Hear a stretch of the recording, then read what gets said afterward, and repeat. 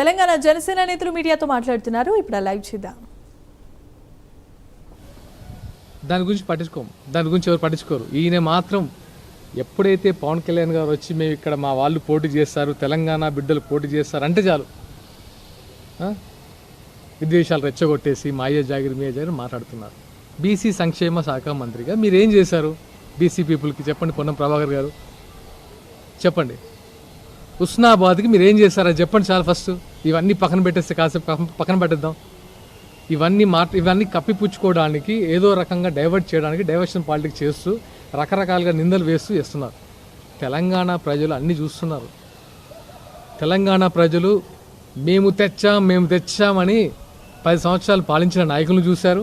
మేము ఇచ్చామని చెప్పుకున్న మిమ్మల్ని 2 సంవత్సరాలు చూస్తున్నారు. 10 సంవత్సరాల పాలనలో 1200 మంది అమరవీరుల గురించి చనిపోయారని అందరూ చెప్తారు. కానీ 1200 మంది డేటా మీ దగ్గర ఉందా? 12 మంది అమరవీరుల కుటుంబాలు ఎలా ఉన్నాయో తెలుసా? ఎంత దయనీయ పరిస్థితులు ఉన్నాయో తెలుసా? కానీ ఆ 10 సంవత్సరాల్లో మీ 4 కుటుంబాలు మాత్రం రబ్బర్ చెప్పుల నుంచి బెంజుకాల వరకు ఎదిగాయి. అందరికి తెలియదా? మీరే చెప్తారు, కేటీఆర్ గారు మీరే చెప్పారు, మా ఎమ్మెల్యేలను చూసి ఓర్వలేక రబ్బర్ చెప్పులు వేసుకున్న స్థాయి నుంచి ఫార్చ్యూనర్ కార్లో తిరిగితే భరించలేక అన్నారు. కానీ పరిస్థితులు ఏంటి? ప్రజల సిచ్యువేషన్ ఎలా ఉంది? ఎక్కడ వేసినట్టు అక్కడే ఉంది కదా.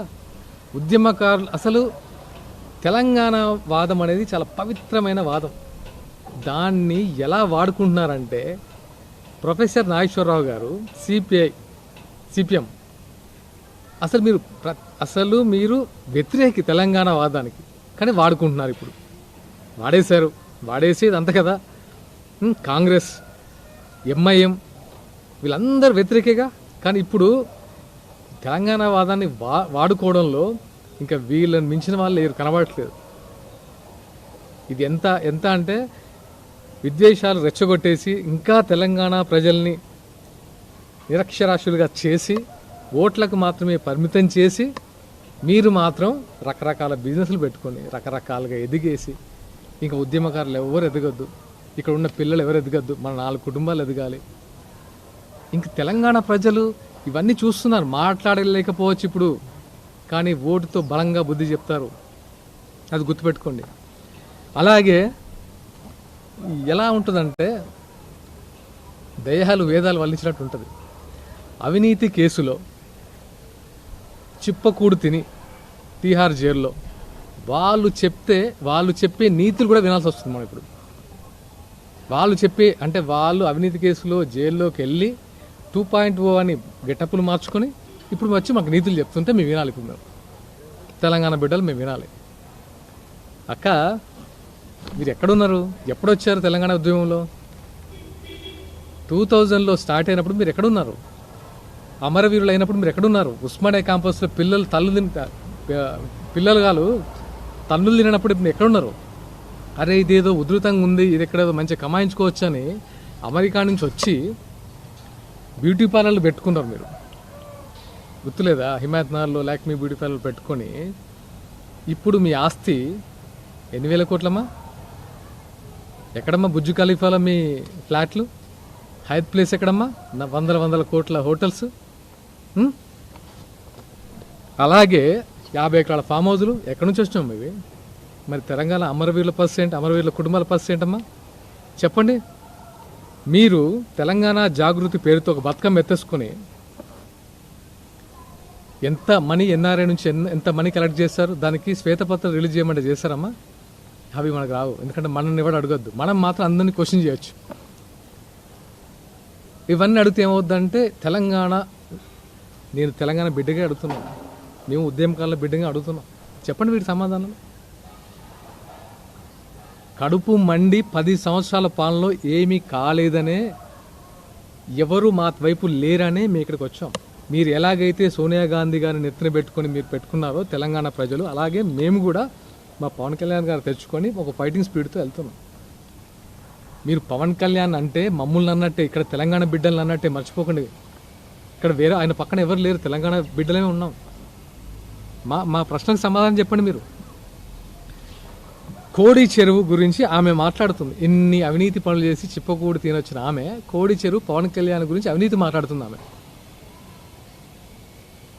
నీకంటే ముందే నేను అవినీతి చేసినట్టయితే, నాది ఒకవేళ నాకు అలాంటిది అయితే ప్రెస్ మీట్ ఆ రోజు పెట్టి చెప్పారు తీసుకోండి అని. తీసుకోమని చెప్పు. నిజంగా నిజంగా అక్రమంగా సంపాదిస్తే తీసుకోమని చెప్పండి. తీసుకోండి, రేవంత్ రెడ్డి గారు తీసుకోమని చెప్పారు కదా, మరి ఎందుకు రావట్లేదు? అలాగే మరి మీరు మీ అవినీతి సొమ్ముని ఒకసారి చూపించండి అమ్మా, ప్రభుత్వానికి అప్పగించండి. బాగా మాట్లాడుతున్నారు కదా, చిట్టా ఇప్పండి. మీరు ఎక్కడెక్కడ సంపాదించారు అవి అవినీతితో కదా ప్రూవ్ చేస్తారు కదా తెలంగాణ ప్రజలు. అప్పగించి చూడండి ఒకసారి, ఆ ధైర్యం ఉందా? ప్రెస్ మీట్లకు వచ్చి గెటప్లు మార్చుకొని మాట్లాడడం కదమ్మా ఈజీ. మనం మాట్లాడడం ఇది చేయడం చాలా టఫ్. అది మాట మీద నిలబడడం చాలా టఫ్.